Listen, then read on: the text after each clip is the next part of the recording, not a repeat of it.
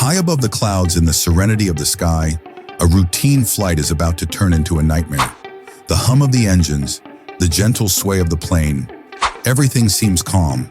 But as the captain's hand tightens on the controls, a subtle vibration shakes the aircraft. A glitch in the system? A storm on the horizon? Something far more dangerous is lurking just out of sight. The crew doesn't know it yet, but this flight will change everything. The calm before the storm is about to break, and when it does, no one aboard will ever be the same again.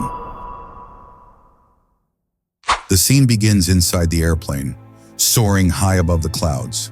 The cabin is calm, with the hum of the engines in the background.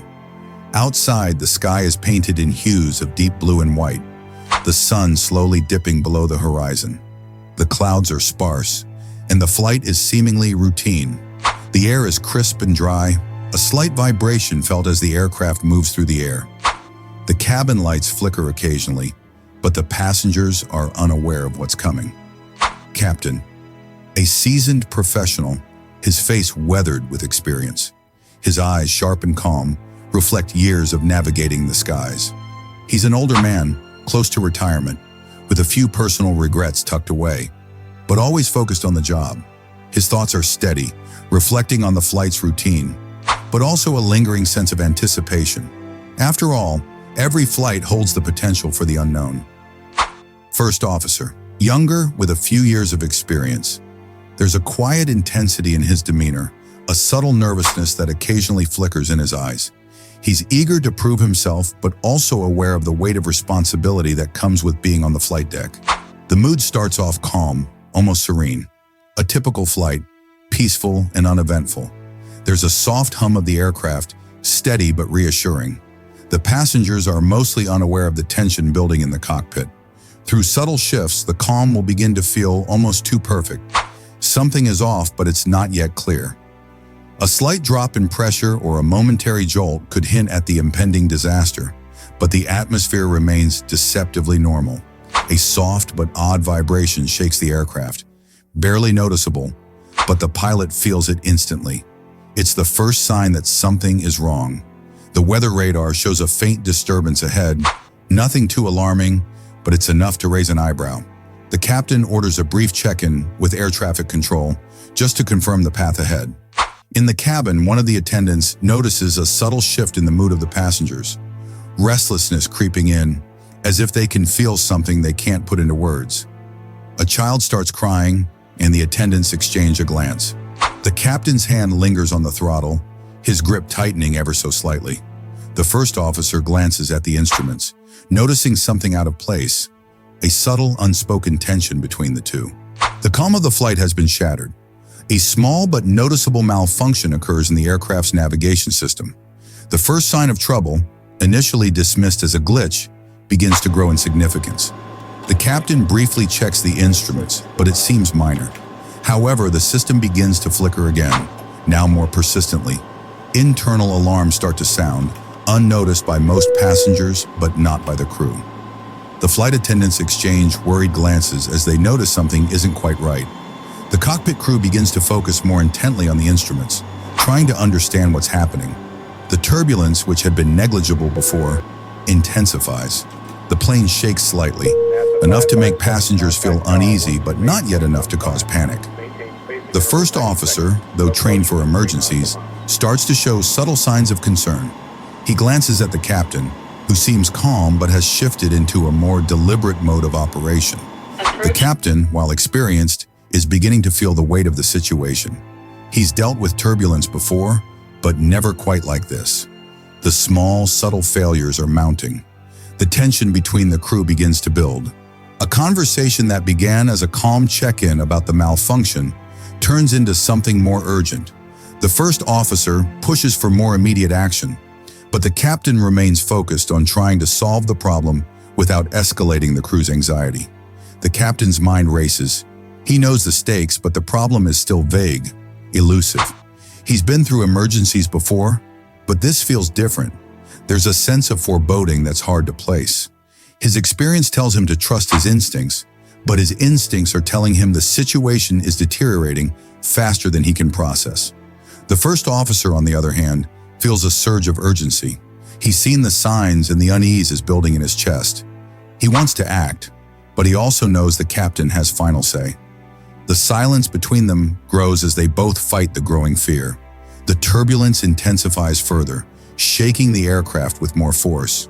The cockpit instruments begin to flicker more rapidly, showing more significant malfunctions. A warning light blinks on the panel in front of the captain, indicating a potential failure in the aircraft's primary systems. The tension in the cockpit heightens as the captain and first officer exchange quick, terse glances, each trying to assess the situation without fully acknowledging the growing sense of dread. Outside, the weather grows more erratic. Dark clouds form quickly, and the aircraft starts flying into a storm cell. The captain orders the plane to climb, but the turbulence becomes more violent. The plane's altitude control seems to be faltering. Meanwhile, the passengers are starting to become aware of the increased turbulence. Some gasp, others grip their armrests, and a few whisper nervously. The flight attendants move quickly, trying to calm the situation, but a few passengers are visibly panicking. The captain faces a key decision, whether to continue the flight path and risk further complications, or to attempt an emergency landing. However, the decision is complicated by the malfunctioning instruments and the worsening weather conditions. The first officer suggests contacting air traffic control for a potential diversion, but the captain hesitates, unsure whether the plane can safely make it to a nearby airport. The clock is ticking, and the tension in the cockpit is palpable.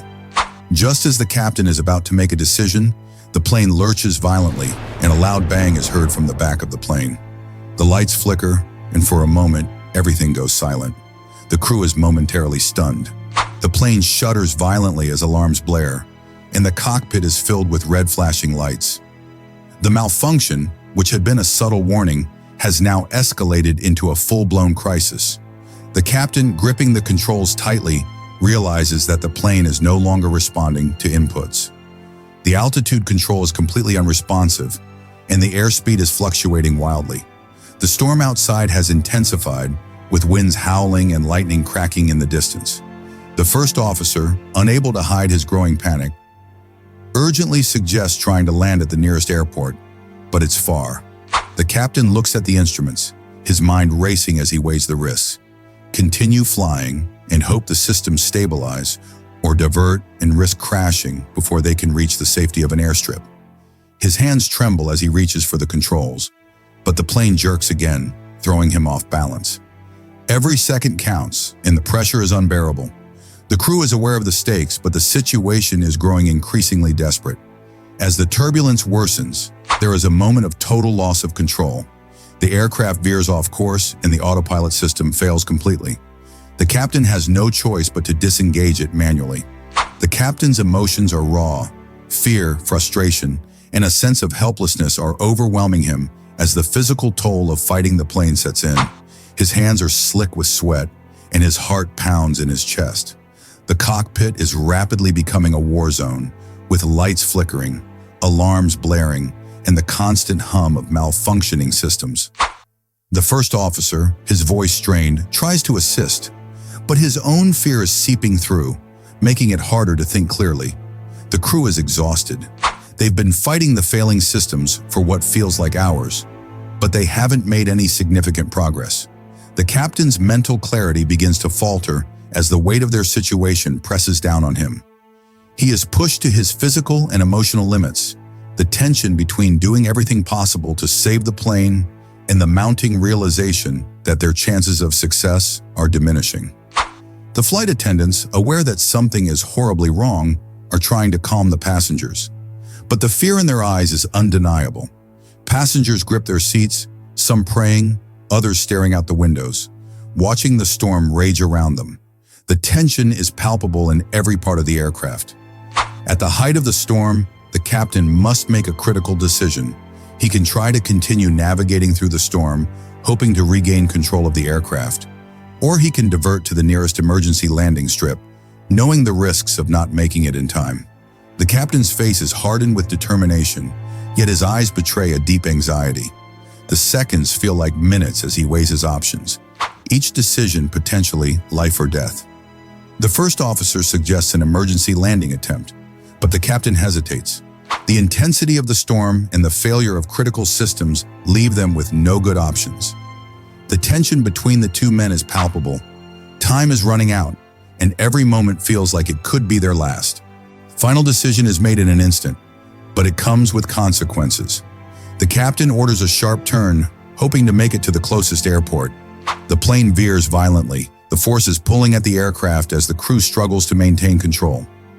The cockpit is filled with the sound of wind, alarms, and the frantic voices of the crew as they work together to keep the plane level. The descent begins, but it's no smooth glide. The plane is now in a steep dive, and the crew is barely holding on. The aircraft lurches, the engines screaming as they fight the forces trying to tear the plane apart. Every warning light flashes on the dashboard. Fuel levels critical, systems failing, no communication with the ground.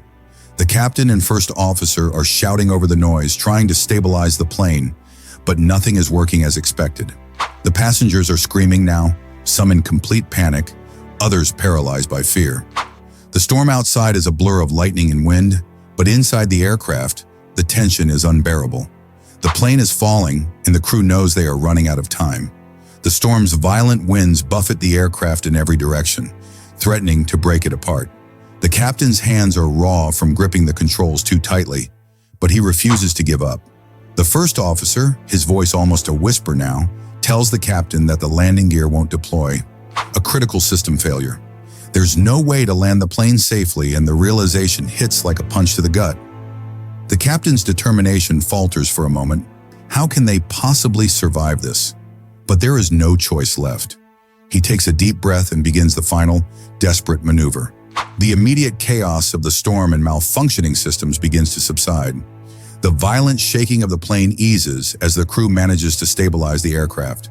The engines, once sputtering and struggling, now hum steadily, and the tumultuous storm clouds start to break apart as the plane descends through the lower altitudes. The screeching alarms gradually silence, replaced by the hum of emergency procedures taking place in the cockpit. The crew is physically drained, hands trembling as they check the systems one last time. The captain, despite the relief, is still on high alert. He knows that the landing is not yet guaranteed. There's a lingering feeling that danger could resurface at any moment. But for now, they've managed to avert the worst. The first officer, though exhausted, begins relaying the situation to the flight attendants, signaling them to prepare the cabin for a potential emergency landing. He is trying to remain calm, but the strain of what just happened is evident in his voice. The captain's hands are slick with sweat, his knuckles white from gripping the controls for too long. His body feels as though it has been through a war, each muscle aching from the tension he's carried. As the storm clouds thin, he exhales deeply, yet the weight of what's happened is still a heavy presence in the cockpit. His mind races, trying to process everything: the malfunction, the decisions, the fear. There's no time to dwell on it, but the emotional toll is starting to hit. The first officer sits in silence for a moment, his breath unsteady, his face is pale, and his eyes are bloodshot from the stress. He looks at the captain, wondering if they'll truly make it out of this alive, or if the worst is yet to come.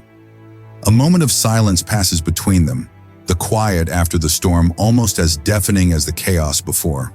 It's as if they're both waiting for the other to speak, but neither can find the words. The relief is too fragile. The tension is not fully gone. The captain scans the control panel again, looking for any signs that the systems might fail again. The engines are running smoothly for now, but the airstrip ahead is still far, and without full control over the plane systems, they can't afford to be too optimistic. The captain's mind drifts back to their near-fatal descent, how they'd almost lost everything.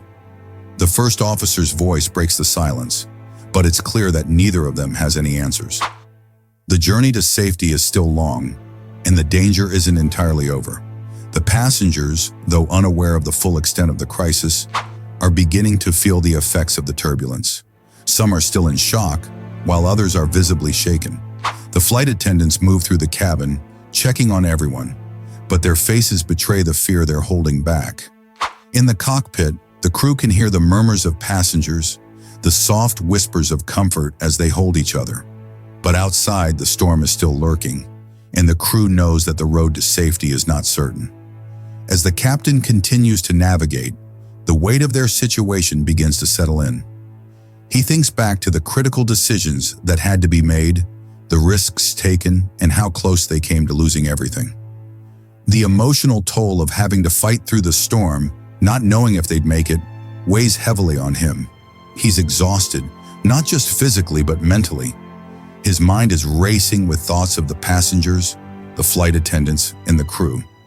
But he can't afford to let his guard down. Not yet. The first officer, too, is struggling with the aftermath. He's not just mentally drained, but emotionally rattled. He'd never been in a situation like this before, where every decision could mean life or death. The hours of fighting the storm, the uncertainty, and the fear have left their mark on him.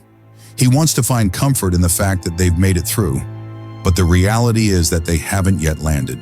There's still the final stretch to go, and the uncertainty of whether they'll make it remains a constant undercurrent. The flight attendants, though relieved, are also grappling with the weight of what's happened. Some of them are trying to comfort passengers, but they can't shake the anxiety they feel.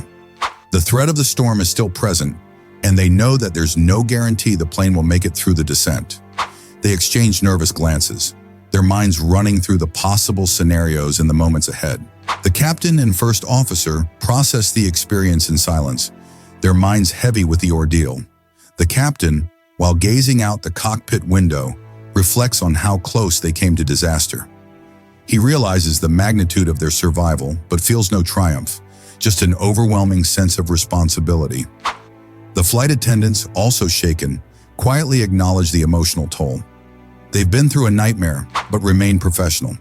The passengers, though unaware of the full extent of danger, share a quiet sense of relief, their fear slowly ebbing away. The captain's perspective on life has changed. The ordeal has reaffirmed the fragile nature of existence and the importance of every decision in the cockpit. He's not just relieved, he's reflective, knowing he's been given a second chance.